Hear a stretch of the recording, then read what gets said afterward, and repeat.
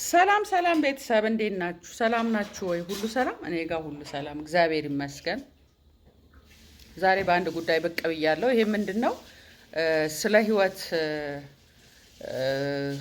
ቲቪን የምትመለከቱ ከሆነ ብስራት ገመቹ የምታቀርበውን እሱ ላይ የሆነ ነገር አየውና የራሴን አስተያየት መስጠት ፈለግኩኝ። ብዙዎቻችሁ ደግሞ እንድታዩት አበረታታችኋለሁ። ምክንያቱም ብዙ ትምህርት የሚሰጥ ነገር አለ። እውነተኛ ታሪክ ነው። ከዚህ በፊት የተፈጸመ እና ፍርድ የተሰጠበት ወንጀሎች ናቸው የሚቀርቡት እዛ ላይ። ልቦለድ አይደለም።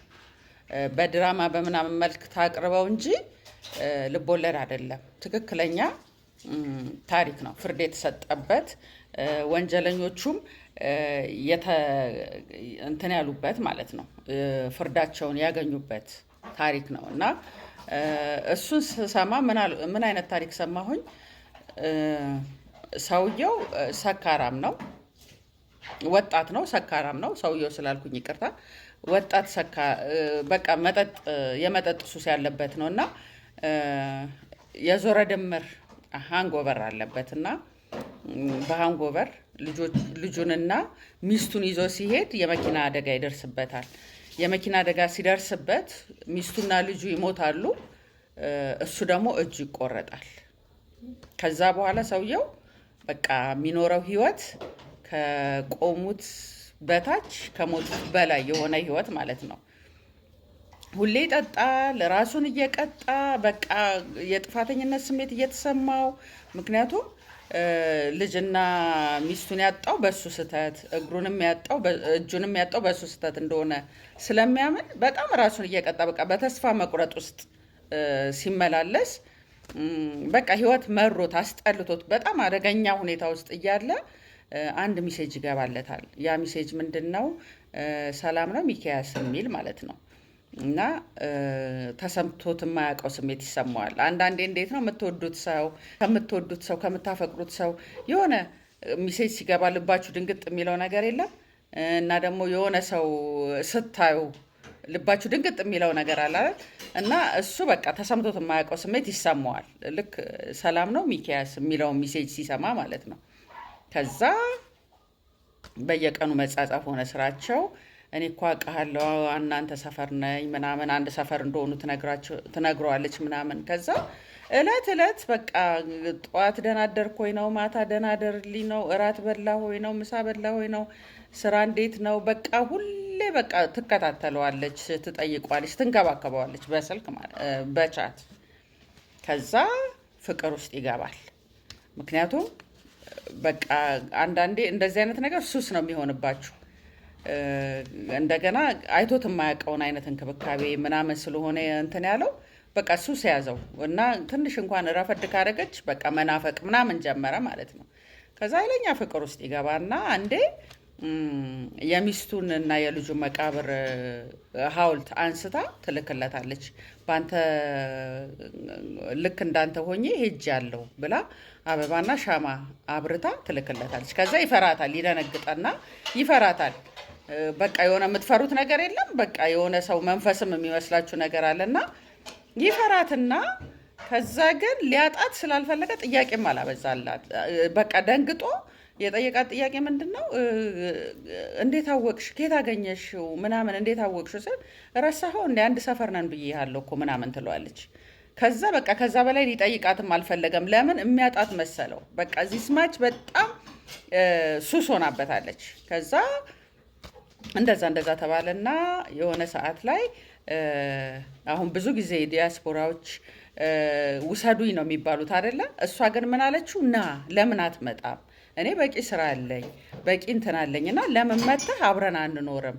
የጎደለኝ ፍቅር ነው፣ ያንን ፍቅር ደግሞ ከአንተ ጋር እንትን እላለሁ ምናምን ትለዋለች። ከዛ ግራ ይጋባል። በመዋዠቅ ውስጥ ሲሆን ከቤት ይደወልለታል፣ ሌሊት ላይ ማለት ነው። ሌሊት ከቤተሰቦቹ ሲደወልላት ምንድን ነው ሲባል እህቱ ነች። እናታችን ታማ ሆስፒታል ተኝታለች፣ ደክማለች፣ ብታያት ደስ ይለናል። በቃ አንተን ሳታይ እንደው የምታርፍም ከሆነ አንተን ሳታይ ባታርፍ ምናምን ነገር ትለዋለች።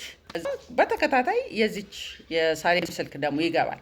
ከዛ ምን ነው ምናምን ትለዋለች።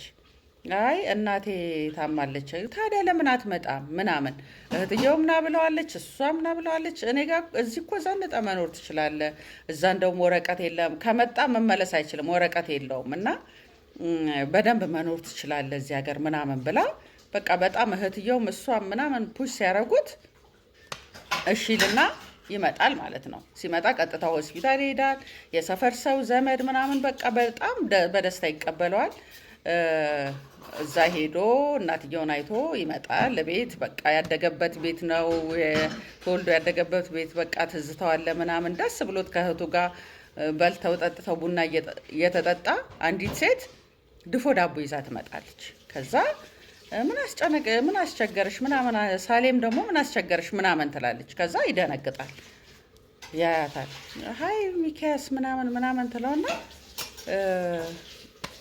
ሳሌም ነኝ ስትለው ይደነግጣል። በቃ መግቢያ ቀዳዳ ነው የሚጠፋው ማለት ነው። ምክንያቱም እሱ ይጠብቅ የነበረው በእሱ እድሜ እኩያ የሆነች ቆንጆ፣ ገባችሁ? ስትሸውደው ነበረ በሌላ ሰው ፎቶ ማለት ነው። በልጇ ይሁን በማ ብቻ በሌላ ሰው ፎቶ ስትሸውደው ነበር። ከዛ ይደነግጣል። አንቺ ነሽ እንደዚህ የተጫወትሽብኝ? በቃ ሲያያት ወላ ቁመኗ ወላ መልኳ ምንም እዚህ ግቢ ማትባል እድሜያቸው ምንም እንትን የማይል የማይገናኝ በቃ ብትወልድ የምታደርሰው ያህል ሴት ነች። ከዛ በቃ እሷ ላይ ጥቃት ያደርሳል፣ እህቱ ላይ ጥቃት ያደርሳል። እህትየው ነች እሷ እንደውም ሞቱ መሰለኝ እንደዛ ነገር። እና ምን ልላችሁን የፈለግኩት ከዚህ ትምህርት ብዙዎቻችሁ የኔ ተከታታዮች የአረብ ሀገር ሴቶች ናችሁ። ብዙዎች ያጠቋችኋል። ገባችሁ? ብዙ በቃ የአረብ ሀገር ሴት ለምን እንደሆነ አላውቅም ቶሎ በፍቅር ይወድቃል። ለምን አላውቅም። በቃ የማዳምም ቁጣ ምናምን ስላለ ትሪት የሚያደርጋቸውን ሰው ሲያገኙ ቶሎ ልባቸውን የመክፈት ነገር አለና የመሸው ነገር አለ እና አሁን ላይ ጊዜው የኢንተርኔት ነው። ጊዜው የሶሻል ሚዲያ ነው። ማንም ሰው አንስቶ በሌላ ሰው ፎቶ መነገድ ይችላል። አይታችኋል አይደለ? ከዚህ በፊት በማነች በሄለን በድሉ ፌስቡክ እና ፎቶ ብዙ ታሪክ እንትን ብሎ እሷ ለፍርድ እንዳቀረበቻቸው እና እህቶቼ ምን ልላችሁ ፈልጌ ነው፣ እንደዚህ አይነት ነገር ቶሎ ልባችሁን አትስጡ፣ ቶሎ አትሸወዱ፣ ሶሻል ሚዲያን በሙሉ አትመኑ። በቃ እንደዚህ አይነት አጭበርባሪዎች አሉ። ሆን ብለው ይሄንን ያደረገችው በእርግጥ እህትየው ነች። እህትየው ስትጠየቅ ምን አለች? ወንድሜን ከእንደዚህ አይነት ጉድ ለማትረፍ ነው በቃ እየጠጣ ተስፋ መቁረጥ ውስጥ ስለገባ የያዝኩት በቃ አማራጭ ብዬ ያልኩት ይሄንን ነው፣ የእሱን ህይወት ለመታደግ እና ወደ ኢትዮጵያ እንዲመጣ እንደ ምክንያት በቃ ትልቅ እንትን ነው ያልኩት ይሄንን ነው፣ ይሄን ዘዴ የፈጠርኩት ለዛ ነው ብላ እህቷና ሳሌም ተመሳጥረው ነው ይሄን ያደረጉት። ገባችሁ? እናንተ ጋር ግን የሚመጣ ሰው ከማንም ጋር ተመሳጥሮ ሳይሆን ብራችሁን ሊበላ እንደዚህ አይነት ሲስተም የሚጠቀም ሰው አለ። ብዙ አይተናል። በድምፅ ትሸወዳላችሁ። ቪዲዮ ኮል ስትሉት ኢትዮጵያ እኮ ኔትወርክ የለም ምናምን ይልና ቪዲዮ ኮል እንትን አይልም። ከዛ ደግሞ ኃይለኛ ፍቅር ውስጥ ስትገቡ ልክ አሁን ሚኪያስ እንዴት ሄድሽ ሐውልቱ ጋር ምናምን ብሎ ብዙ ጥያቄ ቢፈራትም እንኳን እንትን ሊላት አልፈለገም። በቃ ያን ያህል እሷን አጣታለሁ ብሎ ስለገመተ ብዙ ጥያቄ አላቀረበባትም። እና ልክ እንደዚህ እንዳትሸወዱ፣ ሶሻል ሚዲያ ላይ ልባችሁን አትክፈቱ ሙሉ በሙሉ። በቃ 90% ውሸት ነው የሶሻል ሚዲያ ነገር እና እንደዚህ ህይወት እስከ ማጥፋት ደረጃ፣ ንብረት እስከ ማጣት ደረጃ ትደርሳላችሁ። እና እኔ ይሄንን ነው ልላችሁ የምፈልገው። ምክንያቱም ብዙ አጭበርባሪዎች፣ ብዙ ስካመሮች፣ ብዙ በቃ ብሯን እንዴት ላገኝ እንዴት ልብላ የሚል ሰው ስላለ እንድትጠነቀቁ አበረታታችኋለሁ። ለዛሬ ይሄን ነው ማለት የምፈልገው። አመሰግናለሁ ስላዳመጣችሁኝ። ባይ ባይ።